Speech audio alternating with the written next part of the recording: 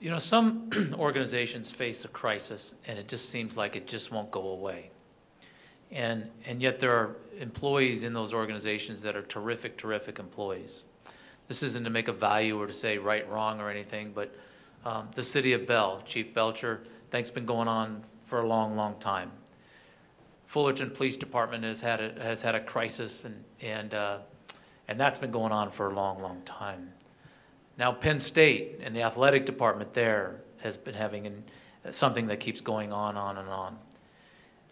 Without making a judgment as to who is right or wrong or anything like that, how can a leader of those organizations motivate the still good, hardworking employees that are there? What can a leader do? What techniques do you know of that a leader can do on an active basis, regular basis, to motivate those employees to come to work every day when they're literally being beaten down in the media and being grouped into this big bad bag?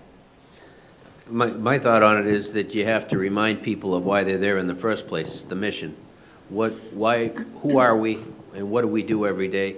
And then again, as we talked about before, putting in context the issue, the incident, the crisis, that it's an isolated incident, but we have a big job to do.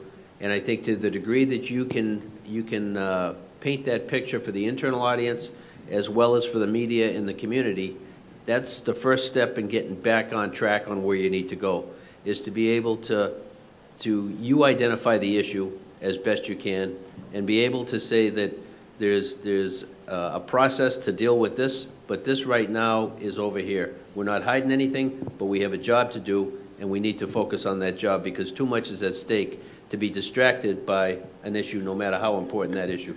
Okay. Colleen? Yeah, I would say the exact same thing. Stay mission focused, stay the course, regular communication with staff.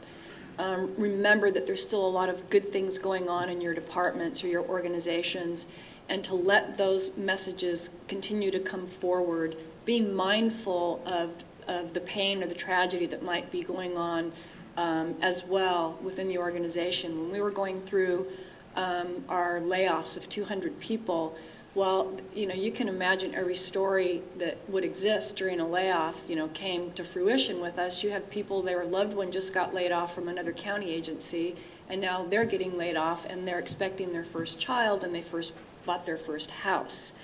And you have just story after story of these things going on with people, and it's difficult then to push information out about maybe an officer that had a great arrest of some really, heinous, offender, and put a sex offender back in jail, and you're celebrating that while you've got 200 people losing their jobs.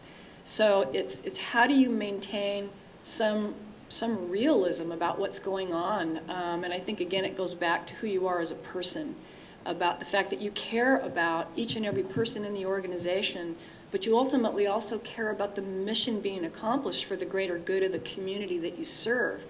And how do you balance all of those? And it's tricky. I have to tell you, it was something that I struggled with every day because I took it to heart. And because these are real life people, and they're not just a name on a payroll check. So it's hard work, and that's why it goes back to what I said in my opening comments. Leadership used to be kind of an elusive word, that they were born leaders. Leaders are made. I think leaders are made through the tough times. They're made through those events. They're humbled by them. Their compassion for people grows because of it. Your passion for what your mission is grows because of it, because you see the hard work the people want to do, even when they're suffering for a colleague who's losing their job. And they feel guilty because they still have a job. And so you've got just this dynamic of emotions, but yet still a deliberate thing that has to be accomplished through your workforce, and that's your mission. So it's hard work, very doable, and I think the leader really sets the tone on getting those things done and keeping people motivated and inspired, even when they're suffering. Doctor, please. Well, just to reinforce, both of the other folks indicated that communications was key. Communications takes is on a couple of different levels. You can be sending emails out to folks. You can be doing some sort of video to all of your individuals, but nothing trumps actually being there or going to where they are. You may have, in a protracted incident, people who are working the midnight shift, and maybe they're doing, some very tedious things. If your incident goes on over several days, several weeks, you need to show up at that midnight shift, and they need to see you. That's a different kind of communication, but it's a very important one. And you can use those personal contacts by going to these various locations. Sometimes you might have multiple command posts, and you need to go there, and you need to reinforce with those people, you're important enough that I'm here to see you, and what you're doing is important.